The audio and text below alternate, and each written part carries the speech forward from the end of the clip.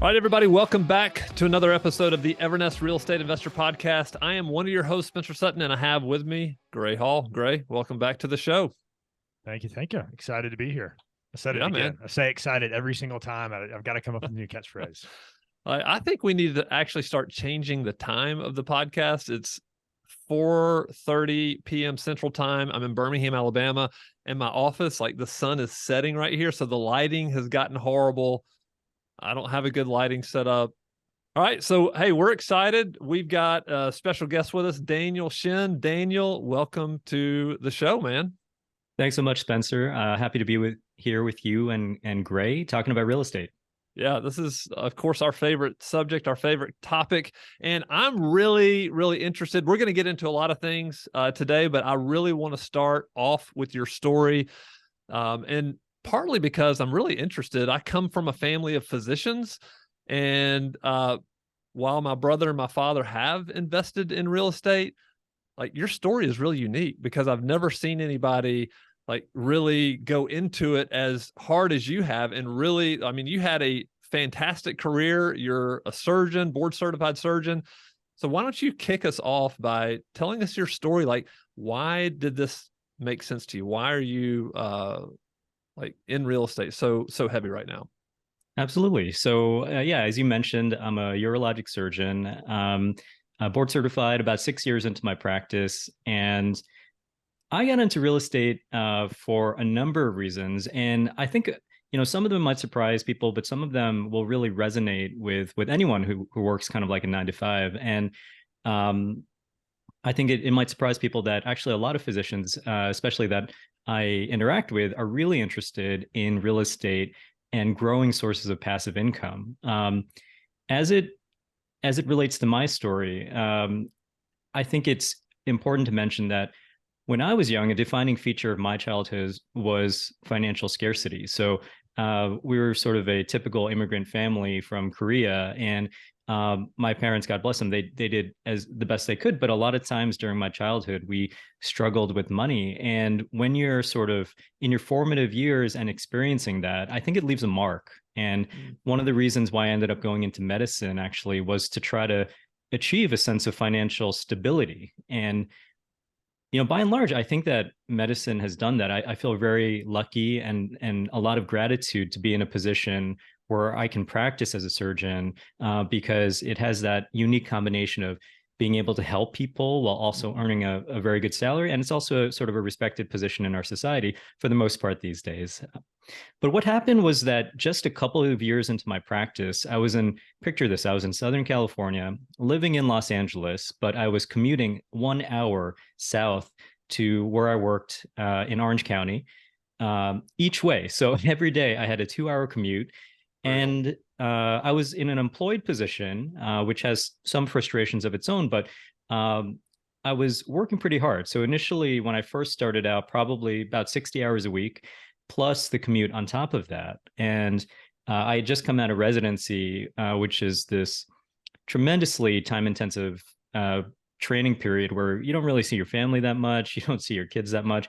And then I just transitioned fairly quickly into this very time-intensive job as an employed surgeon.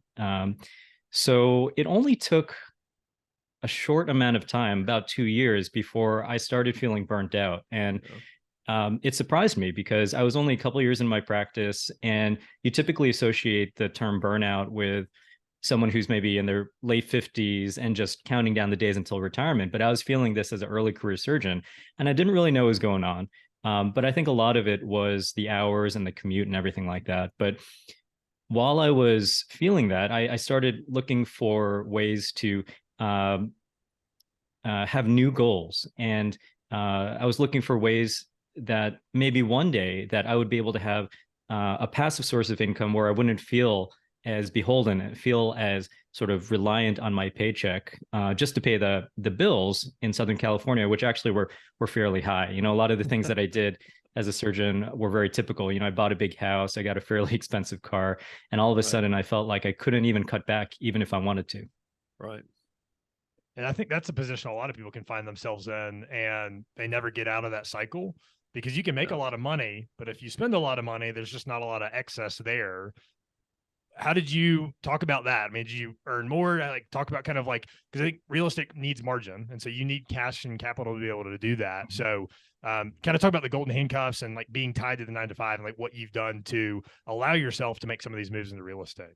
Absolutely. So, a few things happened around that year two mark. Number one, I started turning my daily commute from a grind into sort of like a mobile library. I started listening to podcasts and absorbing content and just filling that time with sort of useful content that I actually enjoyed listening to and was teaching me about personal finance and eventually about real estate investing. And it turned that commuting time, while it definitely didn't fully mitigate the mind numbingness of a 10-hour weekly commute, it made it a lot better. And I also learned about this world that I had no idea existed before, a world of passive income, financial freedom. And I saw a way out because, as you said, I did have golden handcuffs. So we talked about it as a couple between my wife and I. We're like, okay, we've got this expense, we've got this expense. And, in a lot of ways, once you are living a certain lifestyle, it's very hard to go backwards. So we said, okay, we sat down and we said, okay, which of these expenses do you think we can cut out? And we're like, well, I don't think we want to sell our house. We're going to lose money if we sell the car. We really need the nanny because we both worked. And then our biggest expense was probably this beach club membership, which was like totally ridiculous, exorbitant. But we're like, oh, we love it so much, But I think, it comes back to gratitude because as a dual working couple and with my salary as a surgeon, we mapped out a plan to financial freedom that didn't require as much sacrifice. And as a creative outlet, I started blogging under the name The Darwinian Doctor and kind of wrote about this, where one of my early posts was about breaking the golden handcuffs and aiming for a level of financial freedom that was a little bit higher than what you might hear typically, and was a little bit more sort of, I think, in keeping with a high income salary type of lifestyle. So I sort of found a niche writing about that and also trying to achieve that. Yeah, that's very cool. Because I think you hear about the fire community. It's like live as cheaply as possible. The reality is living off like $20,000 a year is challenging if you have kids and a family and that impossible kind of stuff. in Southern California, right? Yeah, $20,000 to pay the light bill, I think, in Southern California. So Yeah. And talk about the timeline of that plan. I think you hear some people get into real estate and they get financial freedom in 1 year. It sounds like you kind of enjoy your job, but maybe didn't want to do that for 30 years. What was kind of the timeline that you and your wife set with y'all's financial goals? Yeah, it's been an evolution, definitely with the goalposts and the timelines. Because when I was first mapping out this plan, I had this 15-year plan completely reliant on just brute force saving into index funds, right?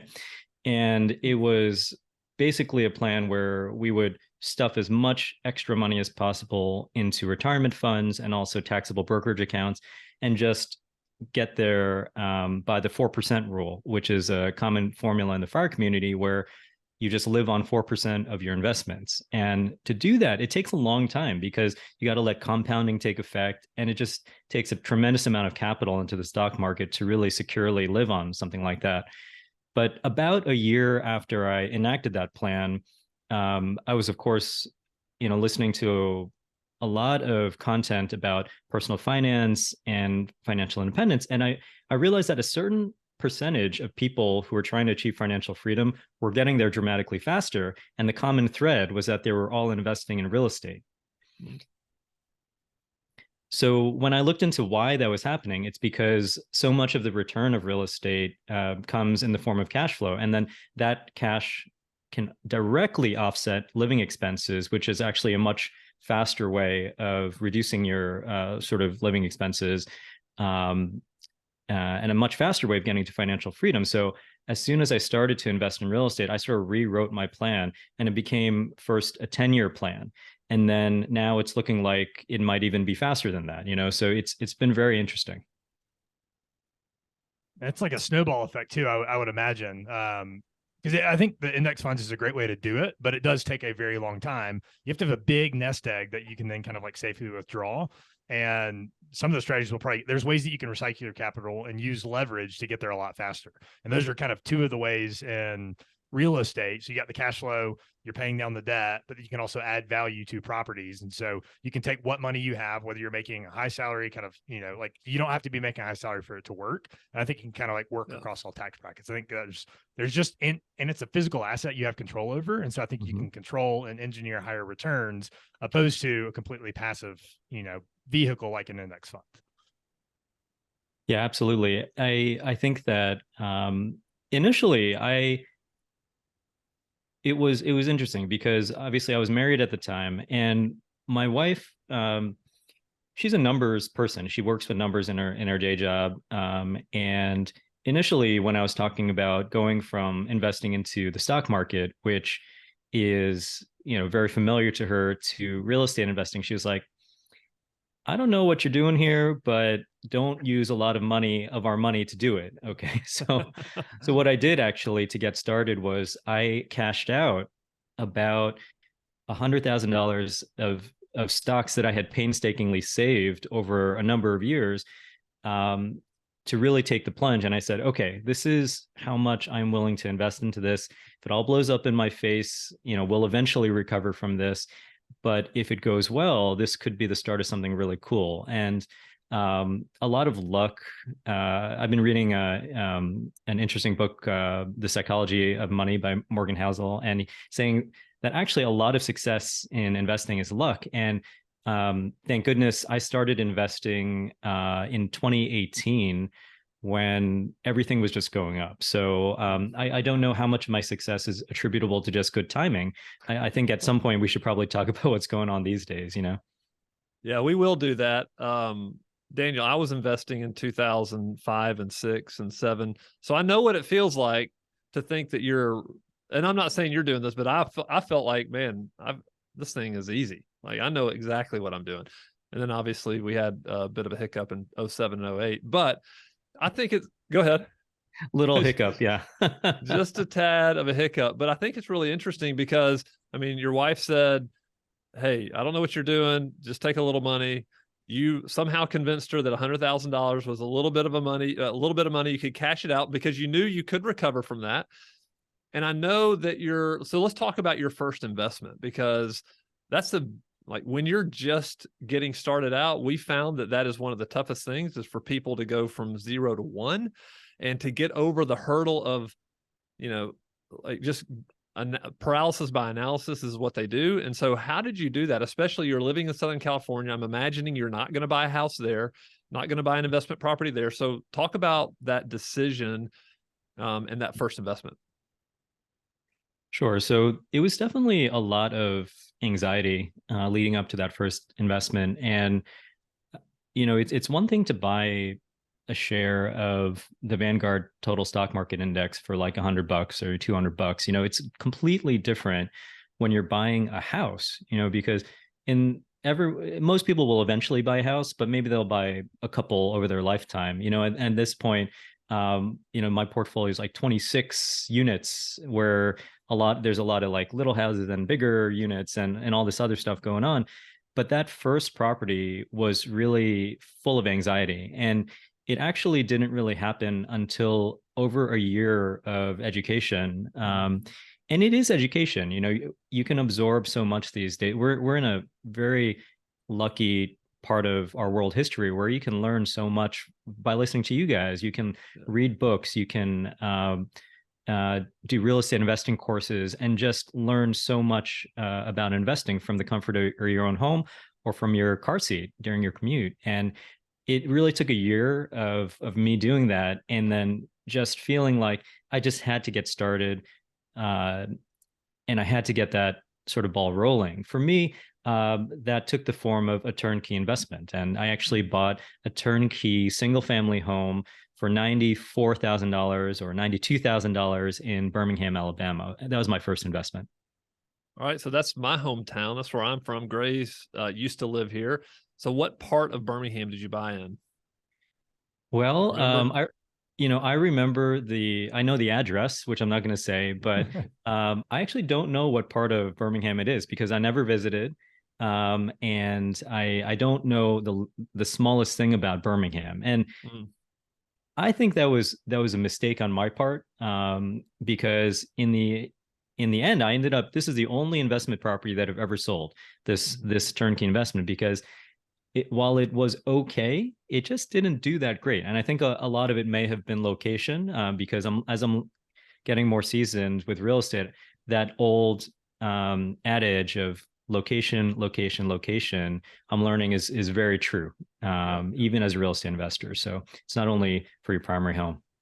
And so turnkey, for those who don't know, is a company will buy a home, they'll fix it up, they'll put a tenant in there, and then they kind of serve it to you like a rental on a platter. And so you buy like existing cash flow.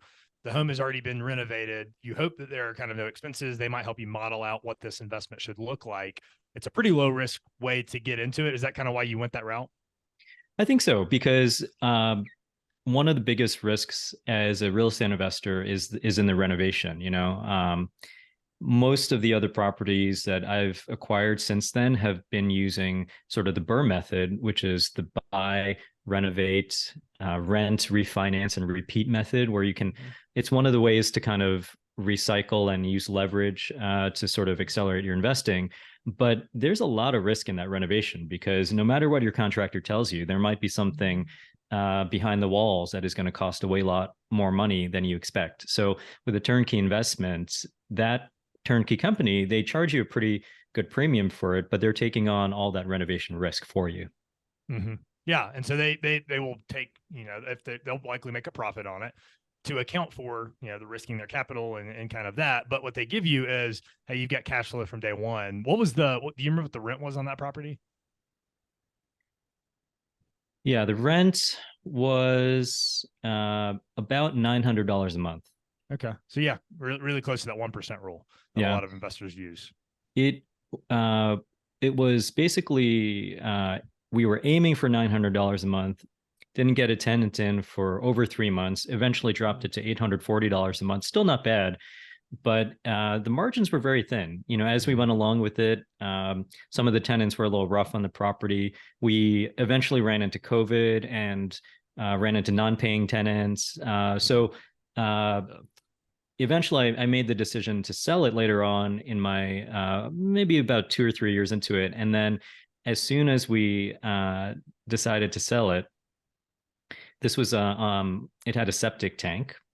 And as soon as we decided to sell it, it became sort of this rainy season in the springtime, kind of a freak thing.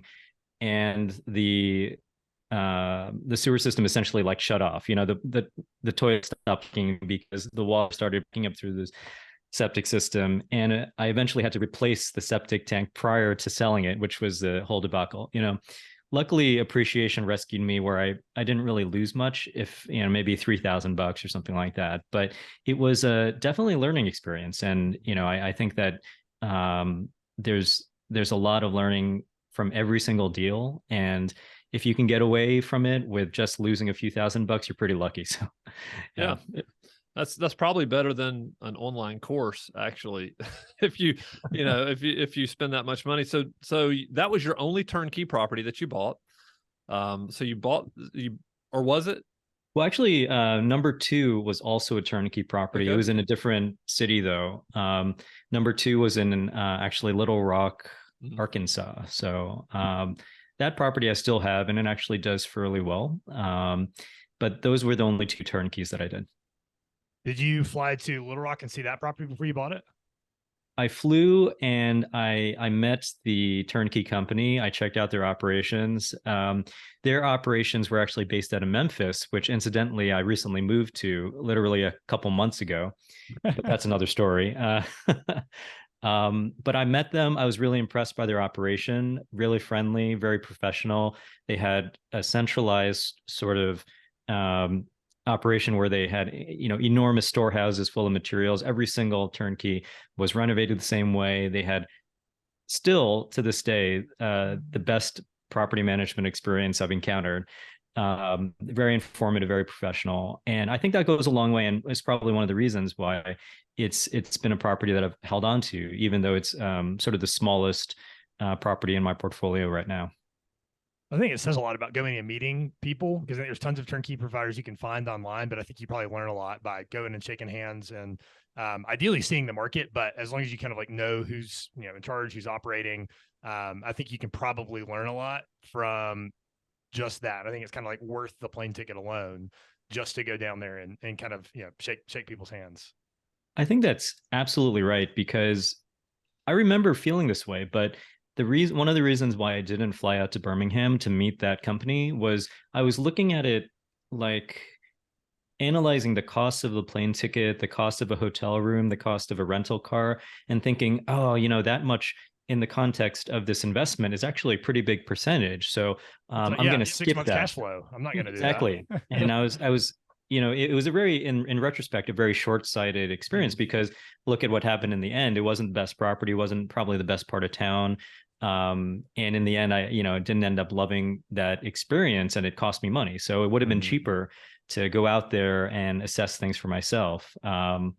So yeah, again, good learning experience. Let me ask you this. We have actually turned a lot of people away when they've come to us.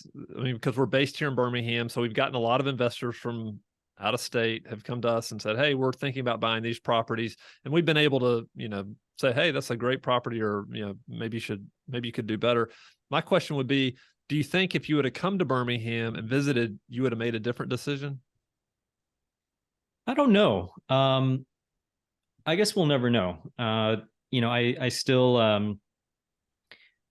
still think that there's a lot of value in meeting people. For sure. But, I spoke to these people at length before I made an investment, and they certainly made a good impression on me over the phone. Would I have been able to tell anything different, or was I just unlucky with that property? There's just so much to know. Right. I think probably I had so much desire just to get started that I probably would have bought something, honestly. You might have looked past if it was a little bit rougher area just because you were excited about it. And you also you don't know what you don't know. And so like you've got a lot more experience now where you probably know the location and the city and typical types of things. You could probably go into a new market and say, hey, I've had these kind of experiences in this type of area and I'm not going to invest here. But it probably would have been, it might have been challenging on your first one. Yeah. And I tell this to a lot of people now, but people really agonize about their first deal. And I completely agree. I think I've heard it on, like Bigger Pockets a lot, where they say that you're not going to get rich on your first deal. But in fact, you might even lose a little bit of money, but the amount of experience and sort of momentum that you get from that first investment is worth its weight in gold, 100%. And so after that, where did you pivot? It was Indianapolis next? Right. So Indianapolis is where the majority of my investment has taken place since then. After that second turnkey property, I basically had the momentum. I had some experience about how at least the acquisition process worked, but I wanted more of the upside. I realized that I was giving away a lot of the upside by going the turnkey model. And I decided that I wanted to take a little bit more risk. So I went to Indianapolis, and I found a investor agent through a referral. And I bought a duplex there that is still one of the like gems of my portfolio. It's doing great. It's in a really up and coming location, just east of Indianapolis, sort of like downtown. And that's where the majority of my investing took place until I sort of pivoted to a little bit of short-term rental more recently. And so talk a little bit about that, like that transition from turnkey to doing it yourself. Like, was there another hurdle you had to get over, or did you feel pretty comfortable doing it yourself? Or was it like still a lot of anxiety? Like, hey, I'm going to have to buy this thing, oversee the rehab, oversee placing a tenant. I'm guessing you started to build a team, pretty good team. Yeah, there was definitely a lot more to it than just buying something turnkey. But and I was doing this while working full time, sort of making phone calls in my lunch break before I got started at work, answering emails after hours. But a lot of what took place was that first I reached out through my network to people in Indianapolis. I interviewed a lot of people, contractors and property managers, real estate agents. And I identified sort of a handful of people that I wanted to meet, and I flew out there. So I flew out there, and by this point, I had a clear vision of what I wanted. And I sat down with some people and I said, look, I'm a young real estate investor, but I'm hungry, I'm motivated, and I painted a picture of what I wanted to build, which is, I jokingly call it like my real estate empire. But I wanted to build a real estate empire that will provide me with cash flow, financial freedom, and a generational wealth, so that I could prevent financial scarcity in my own kids, and try to insure against a lot of the financial anxiety that I had experienced as a child. And I think that really resonated with some of the people I met out there. And then I took that team and I ran with it. But it was challenging because I think a lot of the challenges of doing that as an early real estate investor is trying to figure out the renovation process. Is it really going to hit these numbers? How much is it going to cost? What is the margin of error? And then is it worth doing the kitchen over, or do you just try to paint over everything? A lot of these things come with trial and error, but it helps to have sort of a team to advise you, and also a community of investors to talk to as well. I think that you did a couple of things right. One, ask for referrals. I think that's like the investor community likes to help out other people. And I'm sure that you would like to get out referrals to other people. And I enjoy doing that. I enjoy helping because I want to see other people successful in this real estate arena. So I think that's probably the best place to start, because if somebody else had a good experience, you're likely to have a good experience opposed to just somebody off Google. You mentioned having an investor focused agent, which we can hit on, but I think that's also important too. Like having an agent who understands the end goal. And that was the third thing, is you painted a clear picture and you went to the market. A lot of people don't even do that step, but like when people come to Birmingham, they've got a clear picture of the type of property, what they want, short and long-term goals. That shows us that they're serious, and then they're willing to hustle and kind of follow up. So I think you probably did those three things right. But talk about how you found the property. Was the agent and investor themselves? Yeah, the agent, I think it was just sort of a good coincidence, but this agent at the time was a few years into her real estate agent experience and was hungry to expand her clientele. She was an investor as well. And we sort of grew up together in a lot of ways. And sometimes that's good, sometimes that's bad, because certainly there are other sort of learning points in my portfolio even now. I say learning points because maybe one of the small apartment buildings that I have right now, I've learned that maybe the location isn't as up and coming as I thought it was, but definitely at least the alignment and goals between myself and my agent in Indianapolis is definitely there, which I think is half the battle. Yeah, it definitely is. I'd love to hear, just as you started talking about the scarcity mindset, I know from what I've gathered about your story is you did put a lot, like you were investing in yourself. Were you taking courses? Because I'm thinking like with people with a scarcity mindset, typically they just want to save everything. They don't think about investing in themselves. So talk a little bit about that, like, because I know it's a process, and I know you said you spent about a year learning. Mm-hmm. Were you paying for courses, or was it all free content that you were consuming? So in that initial first year, it was all free content. It was books. It was reading blogs. It was listening to podcasts. Eventually, this was hundreds of hours of content. Filled my commute, and I think it's kind of saved me because it turned a very frustrating sort of time in the car into sometimes I was sad to get to work because I would have to shut off the podcast, and then I would, once I finish my day and get back in the car, I was like, okay, let's see what happened in that investor story, But actually, after my first duplex purchase in Indianapolis, I did take a real estate investing course, which I really loved. It was through actually a physician real estate couple under the semi-retired MD banner, and I liked it. And the way it was about at the time, I think it's more expensive now a little bit, but I think it was $3,000, which is a lot of money, right? Yeah. For anyone, and even in a lot of ways, I'm used to spending tons of money on real estate now, but when you're going to spend a few $1,000s on anything, I think you take pause, right? But the way I rationalized it was that after those first few purchases, I realized that I knew enough, but I knew that there was so much more that I wanted to learn about how to better analyze properties, and I also realized that it's a fairly lonely experience becoming a real estate investor, especially if you're in a community or in a position where you're not surrounded by people who are kind of like-minded. And I was an employed physician. Most of my colleagues were very happy, putting in the hours, getting the paycheck. And I didn't have a ton of people to talk to about real estate investing. And I realized that by number one, by doing a course, you're going to get access to sort of this community, which was true.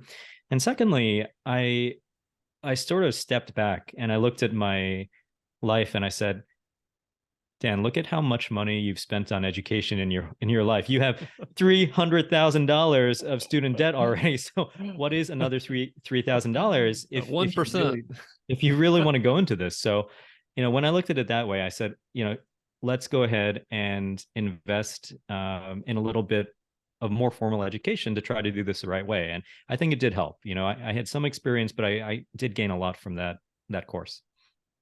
It's really cool because I think, and I don't know, like you have a website that you have kind of written out your journey, how you've done this. It's called the Darwinian Doctor, right? That's right. The darwiniandoctor.com. And I have that website, and I've had really surprising success on TikTok also. So really? I actually produce a kind of short form videos on TikTok, and I have about 106,000 followers on TikTok, where I just kind of talk about real estate. I talk about being a doctor. I talk about just kind of money topics. It has really surprised me, but it's so fun. It's like you put these little videos out, and then people react very well. Actually, the majority are very curious. It's like it's a little bit of a younger demographic. My blog is, I would say, the majority of the people who read my blog are kind of like you and I. They're like professionals with some capital to spend, and they're just wondering how to optimize it. But it's been a very fun experience. So go ahead, Gray. I have not gotten on TikTok, but I've heard a lot of people can grow on there. Have you made any cool connections on there, or what's kind of your end goal with being on TikTok?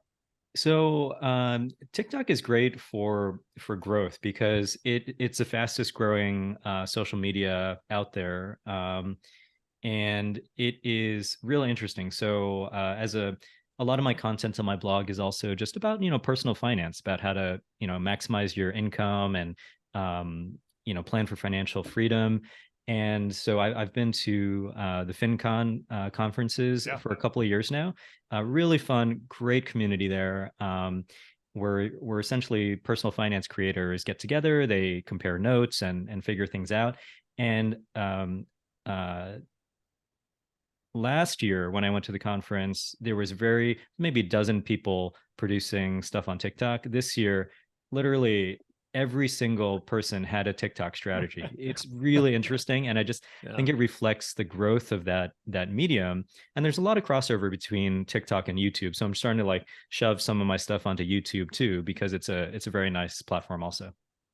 Yeah. And I think it's cool to just get people's story out, because I think I resonate with people's stories. I like listening to other podcasts just like this one, but there's more people creating content. There's more people that you can kind of resonate with, like, hey, they're in my shoes. They're 2 or 3 steps ahead of me. So I think it's an awesome thing to be kind of sharing your journey. I think there's a lot of MDs, people who spent a ton of time and a ton of money on that and kind of like want another option out. And this is kind of a fun hobby too. I mean, I think real estate investing has turned into a hobby for me, and it sounds like it's turned into a hobby for you. So I think it's cool to be able to find those kind of like communities, because it can be a lonely thing. Find other people to kind of bounce ideas off and learn off of. Yeah, absolutely. I think it's if you're in a position where you like creating content and you have experience in a particular field like real estate investing, if you can share it like you do through a podcast or through a blog or on TikTok, whatever, it's like you're helping people sort of emulate you and hopefully replicate your success. And for me, as I hinted earlier, I recently moved to Memphis because my wife got an awesome job here, and um, I enjoyed my job in Southern California. Actually, having a creative outlet in the blog and doing the real estate investing, I think really made me appreciate the job in a lot of ways and lessen my burnout. But after 3 or 4 years of real estate investing now, we got to a point where we're maybe about 50% of the way towards our financial freedom goal, which is blows my mind. But um, I looked around at our situation and my wife's desire to take this sort of jump in her career, and I said, look, I'm employable. We have a lot of we're halfway to financial freedom. We're in a position where we can take this risk. So we packed up, moved out here, and it's a no state income tax kind of place, and cost of living is lower. So I think we're going to look back on this as a really good turning point in our lives. And I still intend to practice full-time urologic surgery here, but fully intend to continue investing in real estate as well, just because I feel like it's such a good way to get to financial freedom and grow your wealth. And I think what you highlighted, it allows you to take risks and say yes to other opportunities that you might not have been able to do otherwise. And I think that's the part. You're not trying to do this so you can quit your job and sit on the beach all day, but it just creates options where if you want to work, great. If you want to work on a side project, great. Or if you want to have these other opportunities. So I think that's the encouraging thing. I think that's what kind of people chase when they want to get into real estate and get to that financial freedom. Yeah, it's really interesting. I due to licensing, I have to wait a number of months before I can practice here. I got to get licensed with the state medical board here and then the hospital. Nice. So I've been here for almost 2 months now. And let me tell you, I thought I'd be sitting back, enjoying my time, relaxing, but I cannot wait to get back to work. And I'm, continuing to invest in real estate by sort of polishing our portfolio and trying to maximize the returns, because as you all know, it's a little bit of a interesting time for real estate investing with the interest rates as to what they are. But yeah, I can't wait to treat patients again. It's been really surprising to me that I feel uncomfortable just not sitting around, not working and earning that paycheck. So it's interesting. Yeah, let's talk about that. So right now, interest rates are 7-8%. It's prices really haven't adjusted quite yet. We're starting to see them come down and starting to see more opportunities. How are you thinking about the market today? Are you still buying? You talked about optimize your portfolio. Kind of talk through what you're doing strategically, kind of about those areas. Sure. So I think if you have assets already that with locked in 30-year debt at low interest, you're in a really sweet position where you can afford to just kind of sit around and watch what happens. I think, I talked to a lot of kind of early stage investors who are sort of wondering, and I think there are absolutely deals all the time. Even in today's environment, you're going to find deals, but you might have to really focus on trying to find the properties that have dropped in price, or find something off market where you're going to get that at a discount, because the carrying costs for properties is very high right now. Now, I think there's a very good chance that within a couple of years, the Fed is going to stop their march toward recession.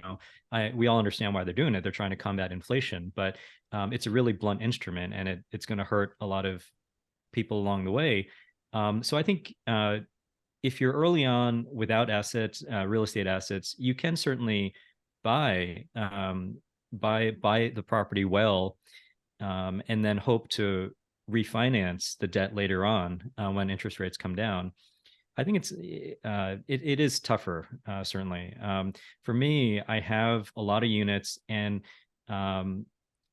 when interest rates started shooting up earlier in the year, I still had probably 3 or 4 units that I needed to renovate. So that's what I've been focusing on, taking the units I already have and maximizing their income, and just enjoying the fact that inflation is just eating away at my debt like crazy, you know.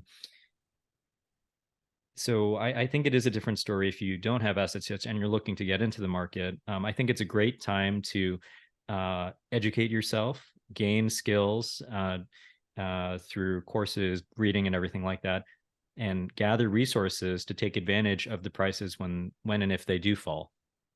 Yeah, and sorry, go ahead, Spence. Go ahead. I think it can still be a good time to buy. We're starting to see mortgage rates are completely down, and there's homes are sitting on the market. And so what we're telling our investors that we're working with are make sure it cash flows at 8% debt, because if you fix that in and you can still cash flow, great. And if you can refinance in a couple years in the future, great. Don't bank on, probably don't go on a negative, cash flowing property right now, hoping that you can refinance in a year or two, because we just don't know what the Fed's going to do. There's a scenario where inflation comes down and they're using lagging indicators on CPI, and middle of next year, they start to turn back the rates, but it also could be another 2 years. And so, but I think like you said, like sniping, I think finding really good deals below market that you can add value to, I think that's probably where investors need to be looking. But also you were talking about, hey, I can renovate right now. So previously, if you could get debt at 3%, that is probably the highest and best use of the dollars that you have. But right now it's probably renovating, increasing the rents, increasing the cash flow on the property. And so just talking about, hey, where you're at in the cycle and where you're at with your portfolio, I think if you're a new investor, continue to send out a lot of offers, analyze a lot of deals, get to know a specific market. And then if you've got assets, now's probably the time to make sure, do some CapEx projects as tenants move out, do some renovations. So I think those are really good tips for investors kind of in both, no matter where they're at in their journey. And it never hurts to make offers, right? If you find something you want, you can make an offer that makes sense to you. It doesn't mean they have to accept it. Like, you can always make offers. Yeah. We had an agent today, and he was working with an investor, and the property's listed at 200,000. They went in at 150, and he was like, we may or may not get it, but at least puts us in the conversation, because the numbers worked and they cash flowed there. So they found kind of their strike point at, hey, this cash flow is at this number and I can get it at a steep discount to list price. And so that's probably the strategy. I've seen at least successful investors who are still buying right now.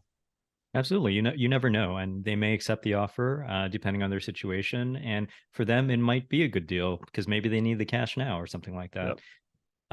One last thought I would throw at you is that I've also heard the position that even if I'm getting something at 7% interest rate, which, we know historically isn't even that bad, if inflation is running at 10%, you're still going to come out ahead in the long run.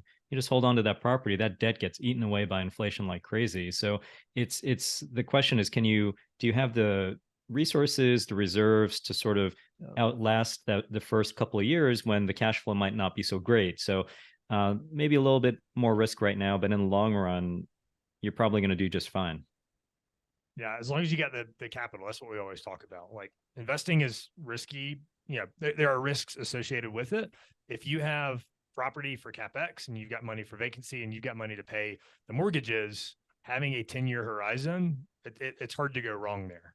So, obviously, if you hold it long enough, like, real estate will work out, but also you can play that kind of inflation hedge game and getting debt at 7% with inflation higher. So as long as you got the reserves, I think it's like a completely wise way to do it. So, well, Daniel, this has been great, man. We really appreciate it. It's been a pleasure, and I just want to say welcome to the South. We're glad to have you down in our neck of the woods here, right next to us. Thank you so much. Yeah, it's been really fun talking to you guys, and yeah, we are loving it here in Memphis. It's super cold right now for some reason, but we're loving it. Everyone's been so welcoming, and the community's great here. And certainly things are a lot cheaper. I'll throw one last thing, but our property here, very similar house to what we had in LA, literally 30% of the cost, and literally 30%. So that's incredible. That's some more capital for real estate investing right there. Absolutely. So you just freed up some couple more units. That's great. That's great. Well, good. Well, Daniel, if people wanted to follow you, get in touch with you, we already mentioned the Darwinian Doctor. How else would you like people to find you online? Yeah, I think my blog is a great place, thedarwiniandoctor.com.